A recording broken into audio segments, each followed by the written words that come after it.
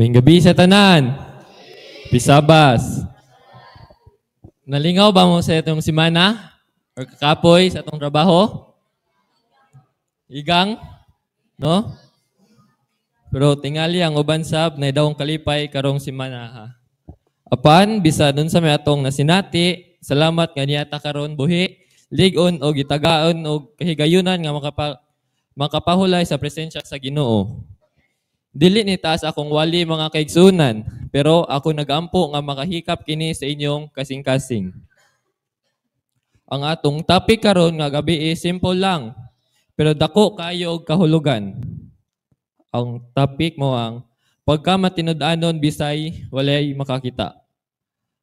Atong basahon ang atong K-text sa Luke 16 verse 10 nag-ingon, ang kasaligan sa gamayng butang, kasaligan usab sa dagkong butang. Ug ang dili matarong sa gamayng butang, dili matarong usab sa dagkong butang.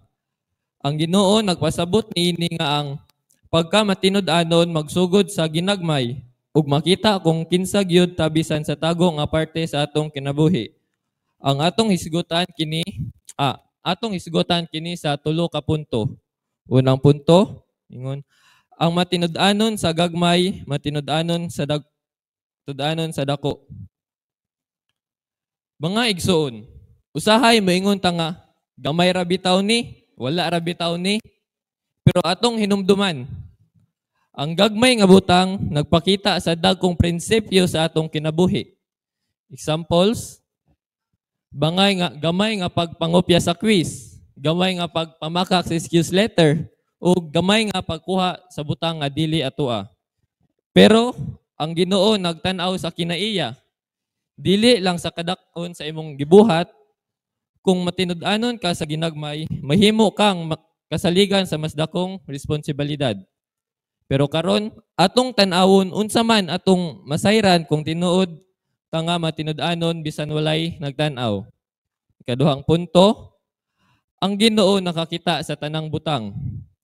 Usahay, maingon ta nga wala man kabalo atong ginikanan o wala man kita ang pastor. Pero kabalo ba mo nga bisan walay tawo nga nakakita, ang Ginoo nagatan-aw gihapon. Ang Hebrew 4 verse 13 nagingon, walay tinago nga butang diha sa iyang atubangan. Walay butang nga matago nato sa Ginoo. Kabalo siya sa atong gibuhat, atong giistorya ug atong gihunahuna. Integrity or pagkamatinud-anon is not proven in front and many. It is proven when no one is watching. Ug kung atong buhaton ang matarong bisan walay nagtan-aw, unsa may resulta niini sa atong kinabuhi? Mao ni ang atong ikatulong punto. Ang panalangin sa pagkinabuhi nga uban ang integridad. Lisod man usay ang magpuyo nga matinud-anon, pero aduna kini panalangin. Examples, sa trabaho, masaligan ka sa imong boss. Sa eskwelahan, makabaton ka og respeto. Sa panimalay, saligan ka sa imong ginikanan. Ug sa Ginoo, mahimo kang gamiton sa mas dako pa nga buluhaton. Dili siya mopili og tawo nga maayo lang sa tubangan sa uban. Gipili sa Ginoo ang tawo nga matinud-anon bisan sa tago. Before na ko end ang akong message karon nga kagabion mga kaigsunan, let me share you a short story. Adunay estudyante nga niapil sa final exam. Ang iyang tapad nangopya ug walay teacher nga nakabantay. Niingon siya sa iyang kaugalingon, wala man kabalo ang teacher kung mangopya ko, pero kabalo ang Ginoo. Nibuhat siya sa ustisya ug wala mopya. Pero pagkahuman sa semester, siya ang nakadawat og special award for integrity. O kabalo mo, ang dean di ay nagbantara sa CCTV. Mga igsuon, bisan sa ginagmay, basta magpabilin kitang matinud-anon, ang Ginoo mohatag og ganti. Mga igsuon, ang tinuod nga Kristohanon makita sa iyang integridad. Unsa siya kung walay nagtan-aw, dili lalim. Pero posible, kung kabaluta nga ang Ginoo na apirmi, Magpabilin tanga buutan, matinud-anon, ug limpyo ang kasing-kasing. Busa karon, pangutan ay imong kaugalingon. Buot ba kamo buot ba ko nga magkinabuhi nga matinud-anon bisay walay nagtan-aw? Buot ba ko nga magmahimong kasaligan sa gamay o dako?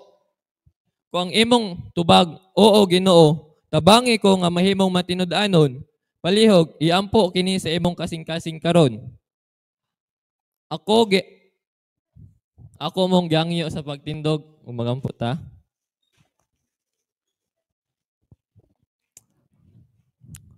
Magampo ta. Ginoo, salamat sa imong pulong karong gabi. Salamat sa pagpahinumdum nga ang tinuod nga integridad makita sa mga panahon nga walay nagtan-aw. Tabangi kami nga mahimong matinud-anon sa gagmay ug dagkong butang. Himoa kaming masaligan, Ginoo, ug gamita kimi alang sa imong buluhaton. Pasaylua kami kung usay napakyas kami. Uban kami samtang among simbahon ikaw sa sabas.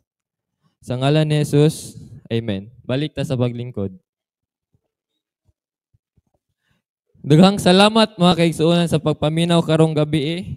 Magkita taugma sa atong Sabbath worship sa dala ang inyong mga kasing-kasing nga andam.